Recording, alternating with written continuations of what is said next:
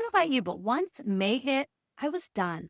I mean, that doesn't mean I quit teaching, but in my mind, I was ready to be finished. So the question is, how do you hang in there and keep teaching when you're really just so done? So today's episode is about one of my favorite things that we would do at the end of the school year because it was literally zero prep for me. No, I take that back. It was literally low prep for me. There was nothing that I had to do other than run a few papers, but it was really fun for the kids. They loved it. And it gave me time to get a few things done in my classroom every single day. So what we did was called Teacher for the Day. I told the kids that I'd been teaching them all year and now it was their turn. So each child was responsible for teaching something to the class that they were good at. It didn't have to be anything real extravagant. It could be as simple as making a peanut butter and jelly sandwich or showing the class how to tie their shoes. It could be anything that they were good at. It was just sort of their opportunity to shine and my opportunity to sort of sit back and let them take over the classroom. Every kid got a little lesson plan template that they had to fill out, and it was very simple. It was one page, and it was literally like, I will teach the class blank, and these are the materials that I'm going to need to teach this activity, and then they would list them, and then they had to write a step-by-step plan telling what they were going to do in their lesson. Very simple. It was like, first I'll do this, next I'll do this, and last I'll do this. And then that gave them a little bit of procedural writing, which was good because I wanted it to be educational and fun. I mean, you can't just do something that's going to take time out of your day and they're not learning anything, right? That's not part of your standards or something. So it was a writing activity that went along with it. So that was great. So a week or so before we got started, I had the kids take home a letter explaining everything to their parents. It explained that they had to come up with something that they could teach the class. And I gave them a huge list of ideas that they could choose from, or they could come up with their own idea. And so then they would complete their lesson plan at home. And then when it was their turn to be the teacher for the day, they had to bring in any supplies that they needed to teach that lesson. I told the parents that I had stuff like construction paper, paint, and crayons, but if they needed something else, the kids are going to have to bring that in. I also encouraged the kids to make it really interactive so that everybody could participate. So for instance, if they were going to teach how to make a peanut butter and jelly sandwich, I encouraged them to bring in enough bread and peanut butter and jelly for all the kids to make one too, so they would really learn how to do it. Then in the classroom, I had a special desk for the teacher for the day, and I put that up in the front of the room near the board. It was just a really small little table, like maybe 2 feet by 3 feet or something like that. But what made it special was it was right up in the front of the room by the board, and I had a sign that I put on it that said teacher for the day. And then I put a little container on the desk that had like special pens and special markers and stuff like that. And then I'd always have a little box that I could put at the desk that had stickers in it too. So it kind of made it a little bit special for the kids when they were the teacher for the day. I had it scheduled out so that there were 2 kids that would be the teacher each day. One would be in the morning and one would be in the afternoon. And so when it was their turn to be the teacher for the day, they had to bring all their supplies that they needed for their thing that they were going to teach the class. And then they got to sit in the special desk all morning or all afternoon, depending upon when they were going to be the teacher.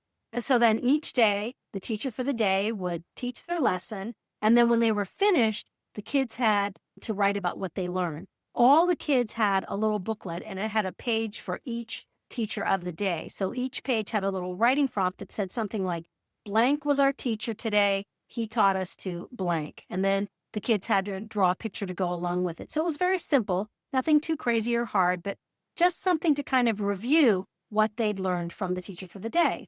And then at the end of the lesson, after everybody was done doing their book, then the kids were able to go up to the teacher's desk and then the teacher for the day could grade their work. So they could give them a star or they could put a sticker on their page and grade their work. So they loved that and thought they were so cool because, they were the teacher and they really got to grade the work, And so then I would have them do things for me during that time too. Like I might say something like, it's time for us to get ready for lunch. Can you please have the class line up? And then the teacher for the day would be the one to call the table to line up or, simple things like that. Or if we did an activity together that I was teaching, I'd have them be my co-teacher and help me. Or I'd let them grade the papers, when we were done with a practice sheet or something like that. And I'd let them put a sticker on it, or I'd let them put all the papers in the mailboxes or, just simple little things, but they were kind of like special during that time when they were the teacher for the day. And I'm telling you, they loved it. They looked forward to it so much. They could not wait for their day to be teacher for the day. And we had some really cute lessons. I mean, over the years of us doing this, I had one little girl that taught us how to care for a pet. She brought in like a little stuffed dog with a little bed for the dog. And she brought in dog treats, a dog brush, all that kind of stuff. And then she went through the steps of what you had to do to care for your pet. And then she let the kids come up and pet the dog. And it was just so cute. We had another little boy. I'll never forget this one. He brought in his boogie board from the beach. And he brought in like a plastic beach scene, like a wall backdrop. And he hung it on the board. And then he showed the kids how to use the boogie board. He got up on it, showed the kids how you put your arms out to balance and how you lean back and forth. And then he let everybody come up and they all got a chance to boogie board. And it was just so cute. Another little boy taught everybody how to play basketball. And he brought in a basketball and he showed the kids how to dribble. And he let everybody come up and they all got a chance to dribble. And then we went out on the playground where we had a basketball hoop. And he showed everybody how you throw the ball up there to try to make a basket. And then everybody got a chance to do that. And I mean, it was adorable. We had another little girl teach the kids how to make s'mores, and her mother was a teacher, so it was very cute. She had made a little fake fire, and then she brought in little individual Ziplocs, and each Ziploc had a marshmallow, a Hershey bar, and some graham crackers. And then she also brought in some little sticks that the kids could put the marshmallows on. And then she showed the kids how you put the marshmallow on the stick and how you put the marshmallow up to the fire to warm it up, and then how you put the marshmallow between the graham cracker to make the s'more.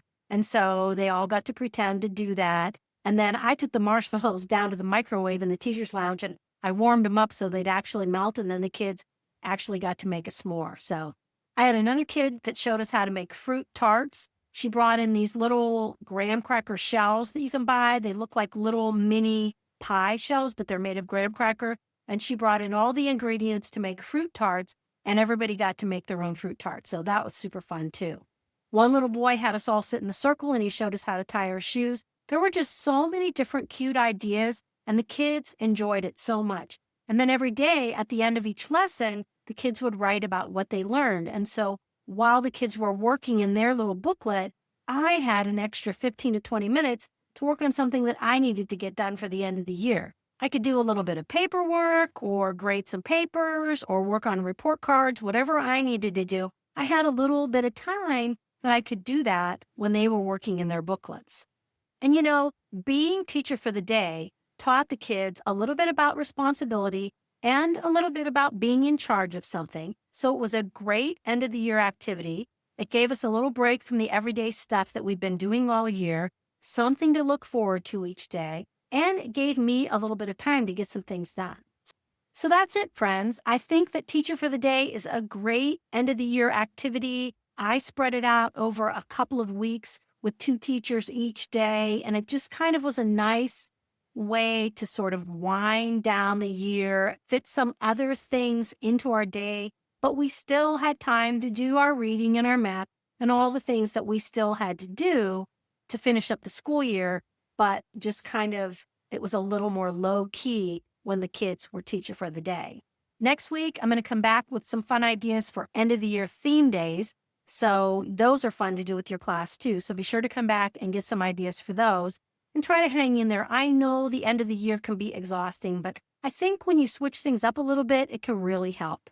So until next time, remember to make learning feel like play, and I'll see you next week.